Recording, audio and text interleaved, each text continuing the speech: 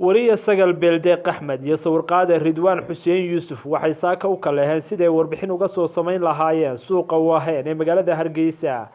kaas oo ah mid ka mid ah suuqyada ugu waaweyn ee magaalada hargeysa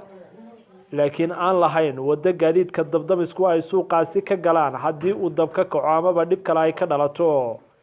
ujeedada warbixintan ayaa ahayd baraarujin sidii suuqaasi loogu heli lahaa wadooyin gaadiidku ka galo haddii uu dab ka kaco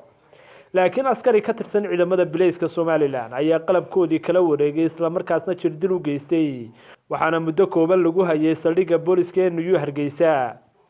haddaba maamulka telefishinka Home Cable ayaa waxay ka hadleen dhacdadan iyo waliba laba dhacdo oo hore oo tacaddi loogu geystay qaar ka mid ah shaqaalaha telefishinka Home Cable محمد عبد يليق أقاسمها تلفزيون كهون كيبل يا عبد الشكور ضي محمد تفتراها تلفزيون يولبا ورياشة كلاس سجل جورة سجل بلدق يولبا رضوان حسين يوسف وأحسد حد وريه اللي باتوي كترسنا يا أيها الله maanta subaxnimadii hore saakaano ku guda jirna hawl maalmeedka shaqo aanu qaranka u hayno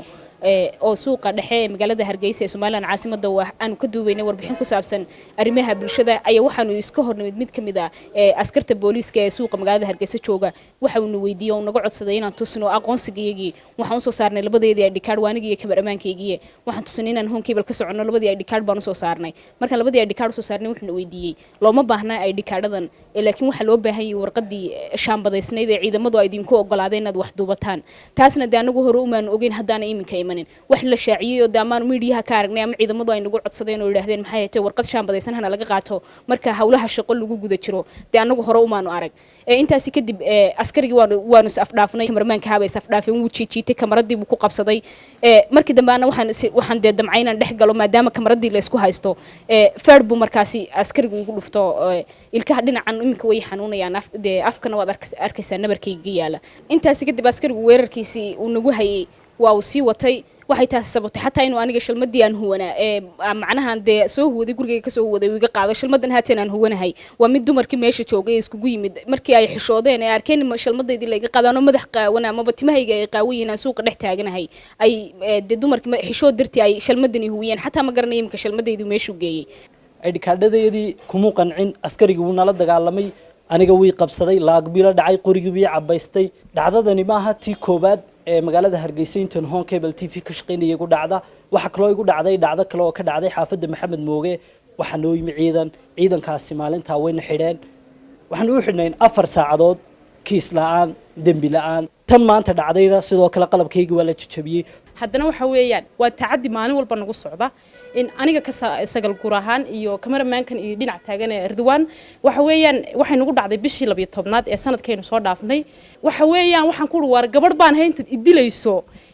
sharciga sheegayso aad ku andacoonaysa imare maxaad idiraysaa mid labaad inaan keenanta lag maxaad ka qaraacaysaa wayna ka xeeyeen waxayna geeyeen meel jiingada waxaan anigu u arkaa raygayga hadii aan cabiro in mid gaar anaga lagu hayay tahay sababtu waxa weeye 3 bilood oo isku soo wareegay ayay 3 tan oo kala wada daran nagu dhaceen muddooyinkii ugu dambeysay ilaa iyo bishii December ee sanadkii la soo dhaafay bishii ugu dambeysay ilaa imika shaqaalaha Home Cable TV waxa ku dhacay dhacdooyin kala duwan dhacdooyinka kala duwan waxay kaga yimaadeen iyagoo xuquuqdooda shaqo maalin walba gudanaya dadka waxaan sameeynaana waa dad askara oo ka tirsan ciidamada kala duwan ee Police-ka oo mar walba goobtii ay ku arkaan shaqaalihii aad moodo inay ka dhigteen iyaga target oo qorigii in loo cabaysto iyo qorigii in lagu dhufto ay u harsantay in qorigii ay ku ridaan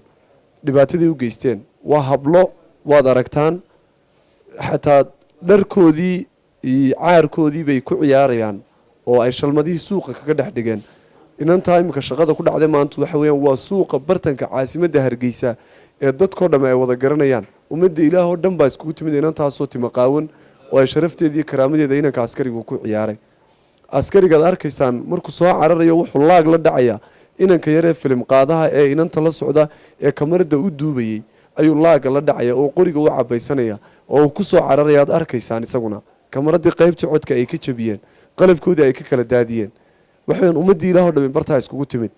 sabab allaala sabab ay u dhacdaana aanay jirin ciidanka booliiska waan la xidhiidhnay waan u sheegnay taliskooda kamaanaan qarin saldhigooda kamaanaan qarin dee maalin walba raalli ahaada ma shaqaynayso wariyaashoo dhammi xuquuq isku mid ay leeyihin ciidamada ammaanka ee booliiska dee dad wariyaalo oo kala duwan oo meel walba jooga oo somaliland darisa ayaa uga wada cararay magaalada oo qaar badani qurbaha u joogaan oo magaalooyin kale u joogaan oo ay naftooda ula carareen ama ha khaldama ama ha saxmo qofku dadku xaq bay leeyihiin xaqa ay dadku leeyihiin ha siiyaan xaqa suxufiyiintu ay leeyihiin dee bannaanka loo dhigo arrintan waxay muujinaysaa in ciidamadii booliisku ay ugaarsanayaan dadkii suxufiyiinta ahaa gaar ahaana weliba gabdhihii maanta hadday rag ahaan lahaayeen umanaan baqdeen inkastoo ay dhibaato tahay in suxufiyiinta la ataago la weeraro laakiin haddana waxay muujinaysaa ciidamadii ammaanku inay dad gabdhihii ugaarsanayaan taasina laga filan karo in waxyaabo kalena ay dhici karaan waynu arkayna waxaa hareereyna ka dhacaya dee inay xadka ka soo gudbaan oo ay gabdhaha tacaddi kula kacaan sida maanta dhacday oo kale ciidamada ammaanka ee somalilandna lagama filayo inay gabdhaha ay u geystaan jirdil iyo gacanuqaad sida maanta dhacday sida maalinta hore ku dhacday gabadha kale sagal inaanu gabdhihii ilaalino inaanay xaruntii soo dhaafin inaanu ciidamada ammaanka uga baqno marka ciidamada ammaanka waxaanu leenahay dib ha isugu noqdaan gabdhaha suxufiyiintana ha badbaadiyaan xasan galaydh wararka Cable Hargeysa